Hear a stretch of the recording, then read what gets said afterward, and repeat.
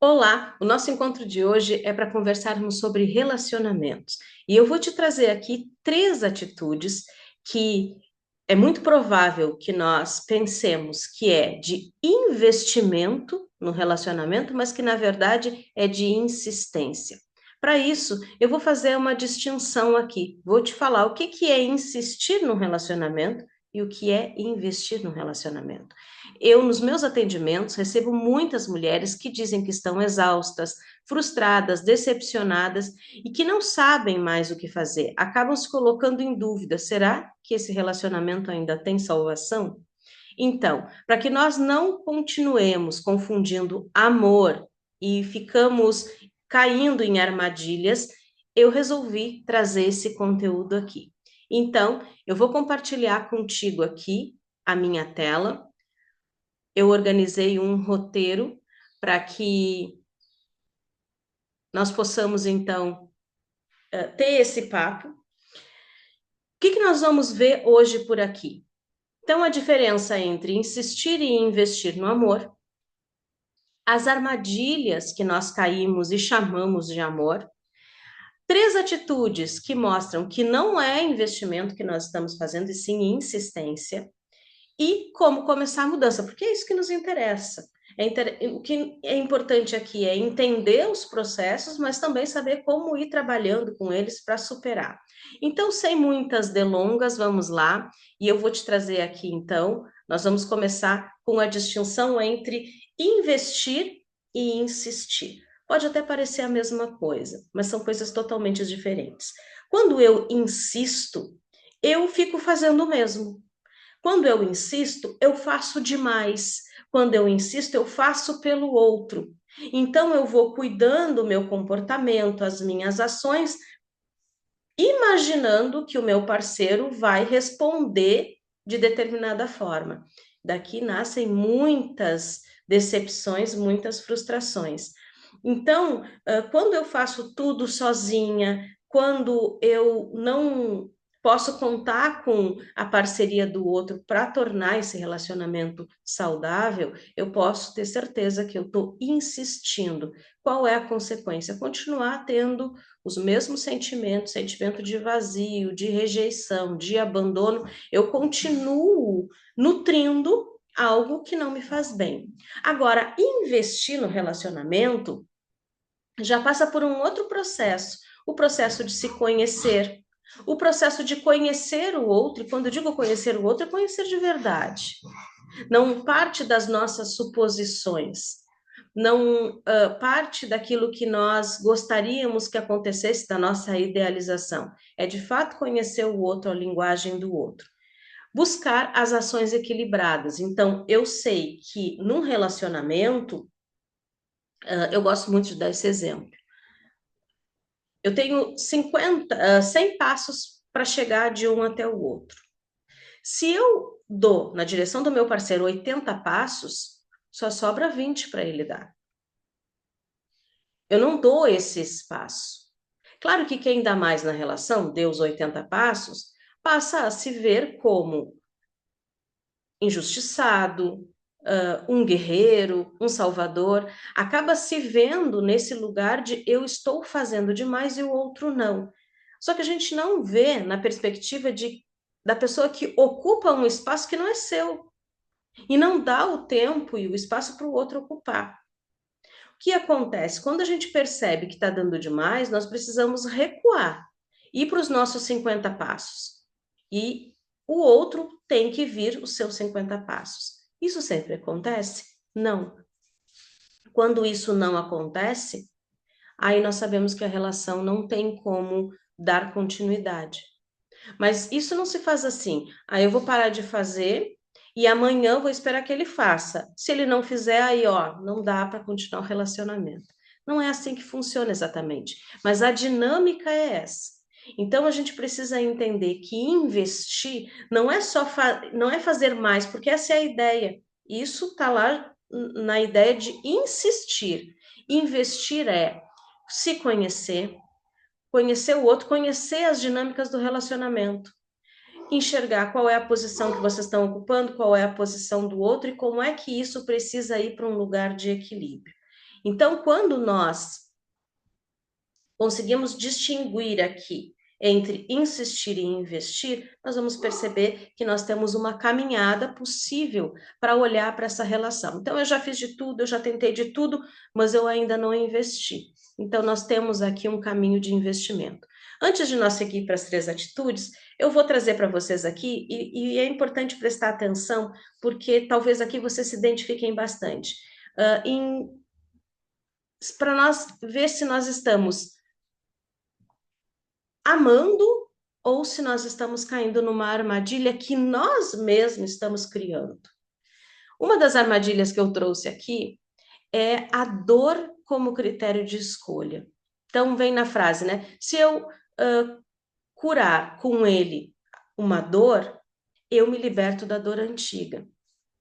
Então, isso acontece muito quando alguém termina um relacionamento, teve um relacionamento passado, um casamento ou um namoro, sofreu e passa a ter um novo relacionamento cuidando, avaliando, verificando, controlando, para que nada que aconteceu no relacionamento passado aconteça. Então, algo assim, se eu tinha meu marido, ele era caminhoneiro, agora nem pensar eu vou ter um relacionamento com alguém que seja motorista, o que for relacionado a transporte, nem pensar.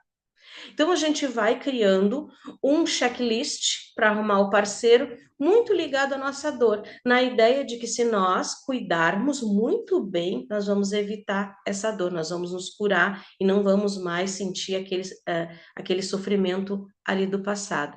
Percebam que a gente está num relacionamento, mas ainda presa no antigo, carregando ele junto. E aqui pode ter certeza que vai ter dor e sofrimento. Nós vamos estar sempre controlando, sempre alertas, e qualquer suposição de um pequeno sinal que possa se assemelhar ao antigo, isso já vai virar um grande conflito no relacionamento. A outra questão é a máscara, né, que sustenta o nosso vínculo. Então, aqui, diante das nossas experiências, a gente vai querendo salvar o outro, a gente vai sendo a boazinha, vai evitando conflitos, a gente vai se tornando também fria, distanciada, com medo ou já antecipando uma rejeição, um abandono. Então, a gente vai vestindo armaduras, máscaras, para sobreviver no relacionamento. E isso impede que a conexão aconteça de forma fluida, de forma verdadeira, inclusive. Então, o nosso medo acaba gerando essa armadura e nos impedindo da conexão. Aqui eu ainda coloquei, tu te distancia de quem tu és de verdade, porque tu deixa de fazer aquilo que tu quer. Se tu passa a vestir a armadura da boazinha, tu vais ter que fazer tudo para ser boazinha. Então vai terminar o teu relacionamento, ao invés de tu dizer para o teu parceiro, olha, terminou o relacionamento, vai embora, leva as tuas coisas, né? Vamos já organizar isso. Tu termina o relacionamento e deixa o parceiro ficando. E deixa aquilo ir se desenrolando, né? A outra pessoa vai embora, vocês têm filhos, mas aí tu não entra na justiça para garantir os direitos do teu filho, por quê? Porque tu é boazinha. O outro vai lá, faz muitas coisas, te machuca, te maltrata, mas tu continua acolhendo ele na tua casa quando ele precisa. E aqui eu não estou falando que tu precisa ser egoísta, mesquinha, que um término de relacionamento tem que levar a conflitos, mas é a questão de tu entender o porquê que tu estás fazendo o que tu estás fazendo. Uma outra questão aqui que eu coloquei, né, de armadilha, a dinâmica invisível que nos prende. Muitas vezes a gente acredita que o amor é sofrimento, que o homem é difícil, que relacionamento é assim mesmo. E isso nos leva a nutrir algo que não está nos fazendo bem. Mas por conta de toda a nossa história, por conta da história das nossas antepassadas, da nossa mãe, da nossa avó, das nossas tias, a gente vê todas viveram assim. É assim que funciona. Tem momentos, tem situações que a gente nem desconfia que poderia ser diferente. A gente nem imagina que não é dessa forma, porque a gente viveu isso. E, com certeza, normalizamos algumas situações, isso ficou fazendo parte do nosso dia a dia, então nós não percebemos aqui que nós estamos repetindo uma dinâmica disfuncional e que nos afasta do amor, nos coloca presos ali na armadilha da dor. Então vamos lá agora para o que interessa. Como eu anunciei para vocês, as 3 atitudes. Tenho certeza que vocês vão se encontrar nessas 3 atitudes. E é interessante que a ideia aqui da minha fala não é que nós saiamos daqui nos sentindo culpadas, se vendo como incapazes de ter relacionamentos saudáveis, mas são alertas, são versões ou visões que a gente pode ter dos nossos comportamentos, sabe? Aquela pulguinha que eu desejo que fique aqui atrás da orelha. Então vamos lá aqui, ó. A primeira atitude, se antecipar para evitar o pior. O que acontece aqui, né? Aqui nós estamos muito apegados ainda às nossas experiências do passado. Eu já sofri com isso, então, se eu tive um pai alcoólatra, irmãos alcoólatras, e agora o meu parceiro vai beber com os amigos, me acende um alerta. E eu não quero que ele vá, porque eu tenho medo de viver aquilo que eu já vivi. Então, eu vou me antecipando, eu vou criando situações para que ele não vá beber com os amigos.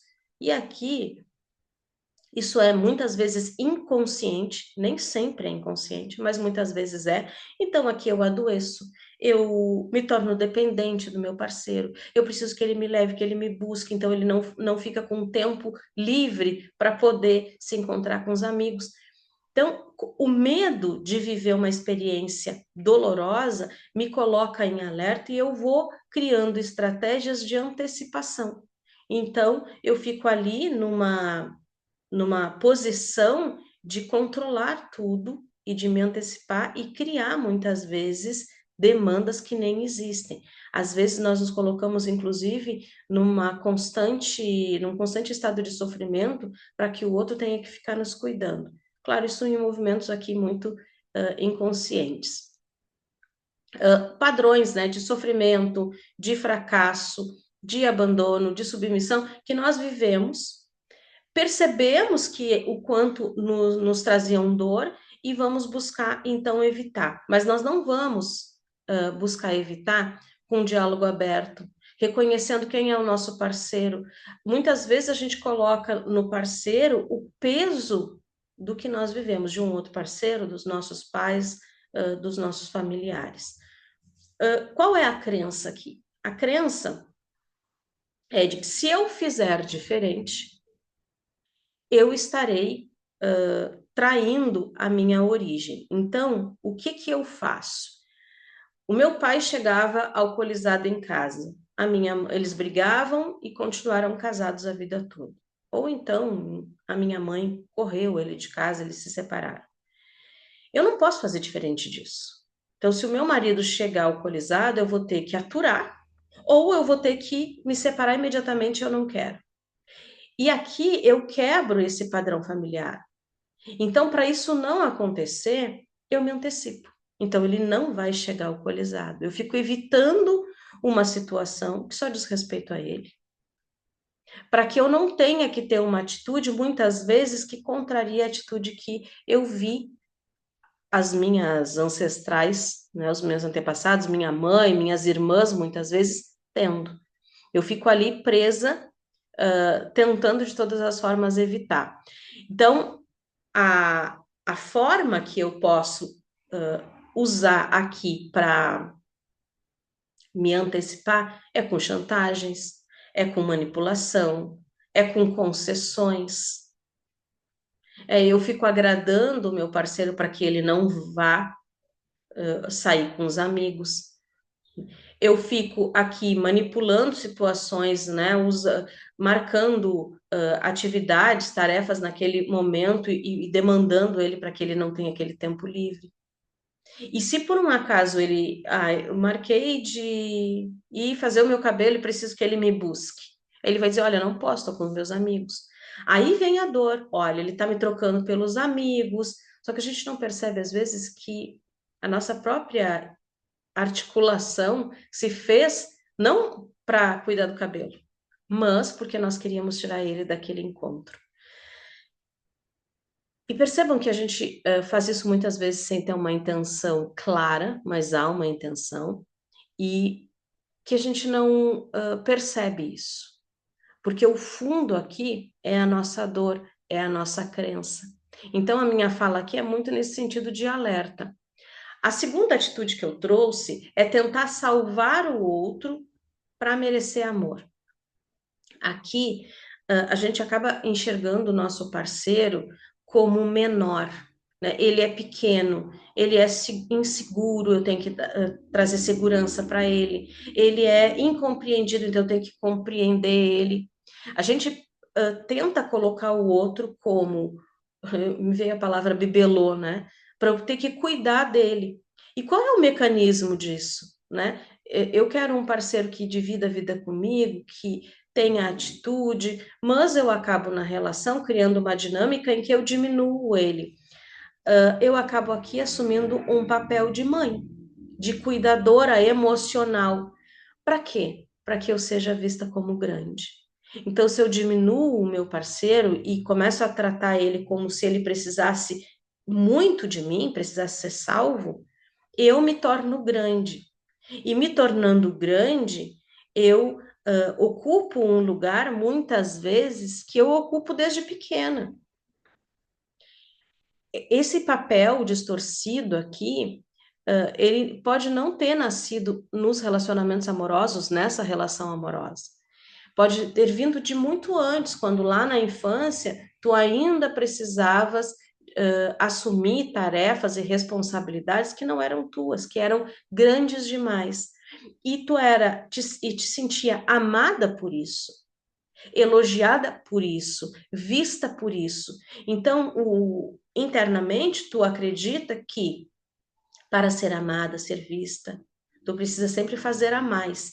E numa relação para fazer a mais, tu acaba te colocando como a mãe do teu parceiro. E aí, em alguns momentos, tu vai querer o parceiro ali, né, do mesmo tamanho. Mas ele não vai corresponder, porque vocês criaram uma outra dinâmica. Então, olhar, bom, se o meu parceiro não tem uma atitude madura emocionalmente, ou não tem uma postura mais assertiva, mais de provedor na nossa relação, eu preciso olhar para como eu estou entregando, né, a minha parte. Porque talvez eu esteja entregando dessa forma, me vendo maior, me vendo que compreende mais, me vendo que sabe as respostas de tudo, e isso acaba trazendo essa disfunção para o relacionamento, e a gente nem percebe. Uma terceira atitude, né, esperar a mudança com base em promessas e não em atitudes. E eu não estou falando aqui de atitudes, provas de amor ou pagar o que diz que iria fazer. Aqui é um movimento de nós sairmos da projeção, da idealização, que muitas vezes acontece quando nós transferimos para a nossa relação aquilo que aconteceu lá no início. Ou no início da relação, todas as pessoas. E isso não é tentar passar a perna em ninguém, claro, tem quem faça, mas todas as pessoas, de uma forma geral, mostram a sua melhor versão. Não porque querem passar a perna no outro, mas porque querem que o outro se agrade. Então eu não vou chegar mostrando a minha pior versão, a menos que eu esteja aqui me auto-sabotando. Eu vou ouvir mais, eu vou ser mais tolerante, eu estou conhecendo e também estou me mostrando. Então tudo isso é feito de uma forma diferente. A gente, quando bota o olho no outro, cria uma história de futuro, a nossa projeção. Oh, acho que vai dar certo, estou me apaixonando, estou gostando, né? Acho que com essa pessoa eu vou viver isso, vou viver aquilo, e está tudo certo até aí. A questão é quando nós mantemos uma relação por muito tempo, e olha, nos meus atendimentos, eu trabalho com pessoas que estão começando um relacionamento agora, buscando fazer diferente. Eu trabalho com pessoas que estão há 5 anos num relacionamento, às vezes sem ser assumido, pessoas que estão casadas há 30 anos. Então, essa questão aqui da projeção, da idealização, não é só para quem está começando. Às vezes quem está lá há 25 anos, 20 anos, 15 anos no relacionamento, ainda está presa na possibilidade que o outro mude e volte a ser o parceiro lá do início. Nós não somos a mesma pessoa, mas nós acreditamos que o parceiro pode ser aquele lá de trás. E aí aqui a gente fica fazendo, muitas vezes, reprogramando situações que foram vividas. Não, nós nos conhecemos e fomos viajar, então vou marcar uma viagem. Não, lá no início eu sempre fazia tal coisa, então vou fazer. Então, e a pessoa ali vai insistindo em algumas ações, comportamentos, acreditando que pode resgatar aquele homem lá do começo. Isso é muito evidente, né? Isso acaba acontecendo porque nós temos dificuldade de tomar decisões, fazer escolhas. E se liguem nessa dinâmica. O que que acontece? Eu estou num relacionamento, esse relacionamento não vai bem. Eu fico projetando, idealizando que ele pode melhorar.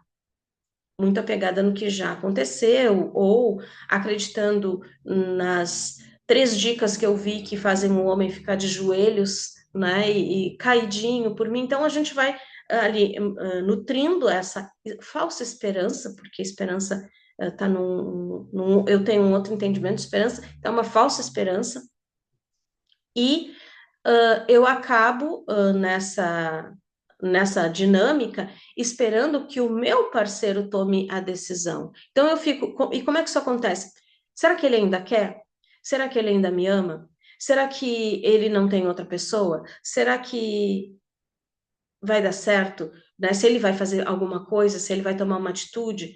Então aqui a gente acaba terceirizando a nossa decisão, o nosso olhar. Não tá bom para mim.